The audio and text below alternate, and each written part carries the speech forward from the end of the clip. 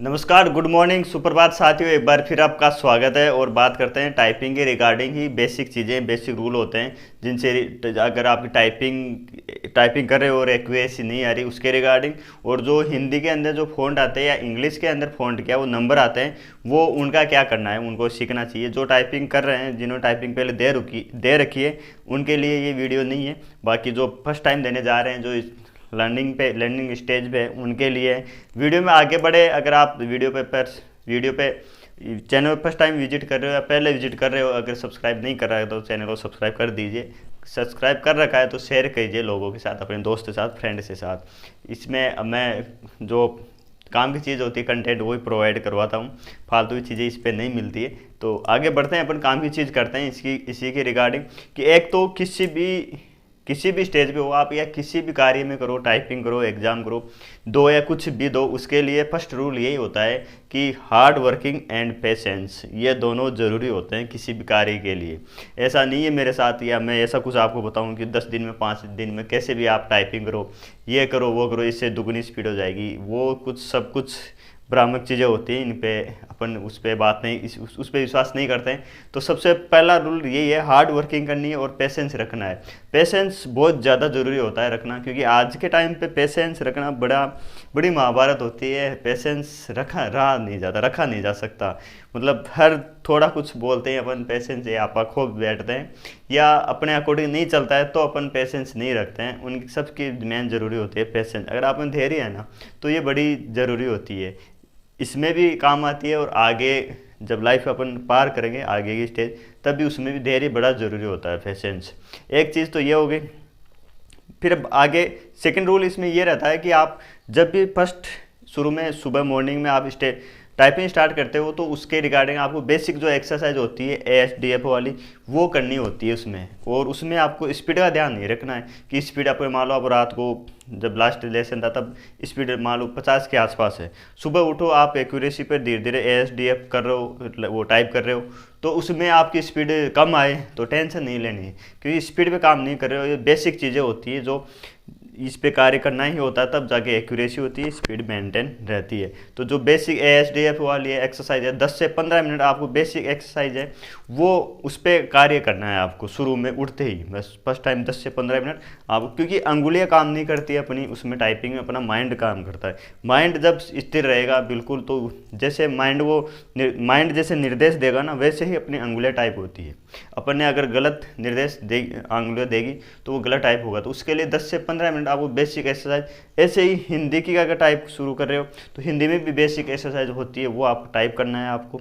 आप सॉफ्टवेयर में करना चाहो तो सॉफ्टवेयर में ASDF होती है, वो कर सकते हो। MS वर्ड में भी बेसिक होती है, जैसे ABCD टाइप करना है ना, वो होता है। या क ख ग हिंदी में कर रहे हो MS वर्ड में, तो 10 से 15 मिनट आपको इस पर देना ही है आपको। उसमें आपको स्पीड नहीं, आपको एक्यूरेसी मेंटेन रखनी है उसके अंदर। 10 से 15 मिनट जो शुरू के जो होते हैं ना अपन एक्सरसाइज बेसिक, वो उसमें 90+ एक्यूरेसी रहे आपकी, और उसके बाद में आपको आगे के लेसन टाइप करने ये थे। और एक चीज़ ये भी है कि आपको डेली या हर एक्सरसाइज के अंदर स्पीड नहीं देखनी है, एक्यूरेसी तो खैर मेंटेन रखनी है, स्पीड चेक नहीं करनी यार, बढ़ी कि नहीं बढ़ी, नहीं बढ़ी कि नहीं बढ़ी, नहीं बढ़ रही नहीं बढ़ी। ऐसे करोगे तो आपके जो अपने आप डिमोटिवेशन होता है, डिमोटिवेट होते हैं अपन, क्या स्पीड तो बढ़ी नहीं रही, वो तो बता रहे थे कि बढ़ जाएगी।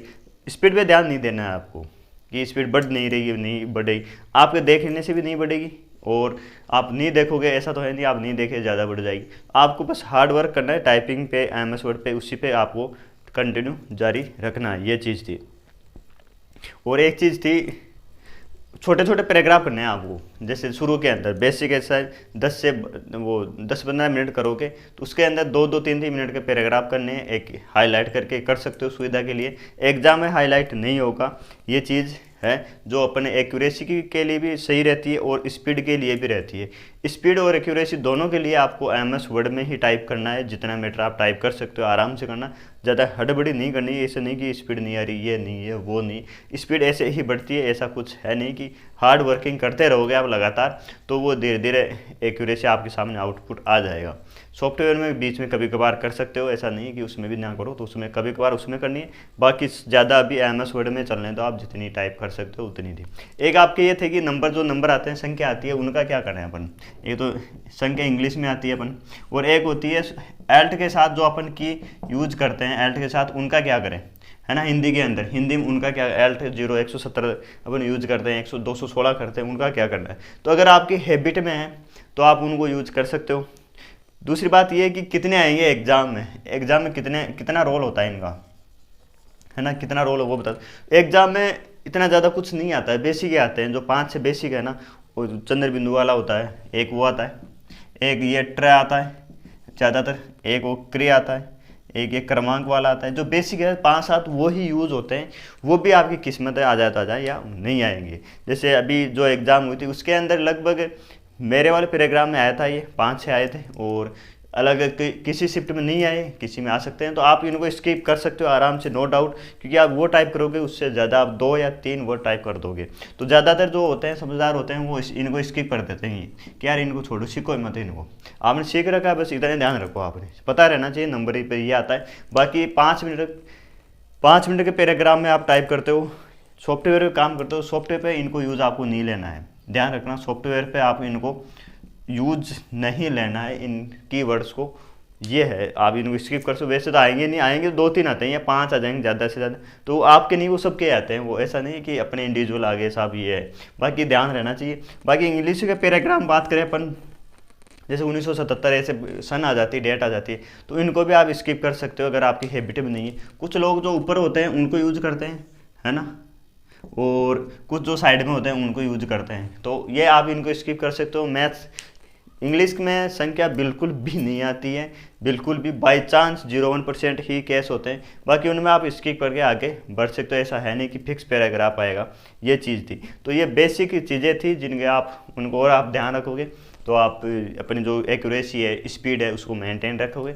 और सबसे इंपॉर्टेंट रूल वो था फर्स्ट वाला, पेशेंस, धैर्य और हार्ड वर्किंग करते रहोगे, लगातार करते रहोगे, तो वो चीज़ आपको जो जिसकी तरफ आप बढ़ रहे हो वो ज़रूर मिल जाएगी आप लोगों को, ऐसा नहीं है। बाकी सीखने को अपन में चीज़ें बहुत कुछ रहती है सीखने के लिए। तो ये चीज़ें थी एक्यूरेसी के, स्पीड के, और जो आपके कॉमन डाउट थे कि इनको सीखे नहीं सीखे, तो इनको पता रहना चाहिए। बाकी इनको स्किप कर दो आराम से, क्योंकि आप एक टाइप करोगे ये स्ट्रोक वाला, एल्ट वाला, तो आगे आप 3-4 टाइप कर दोगे, ये चीज़ होती है। बाकी लगभग सभी इसको स्किप ही करते हैं। तो आप फर्स्ट टाइम लर्निंग कर रहे हो, सीख रहे हो, तो अलग अलग चीज़ें होती हैं, ये सबका अलग अलग होता है। ये जो मेरे अनुभव है मैं वो आपके साथ शेयर कर रहा हूँ, ये है। बाकी ये बेसिक चीज़ें होती है। ठीक है साथियों, आज के वीडियो में इतना ही, मिलते हैं नेक्स्ट वीडियो में। जब तक जय हिंद, जय भारत।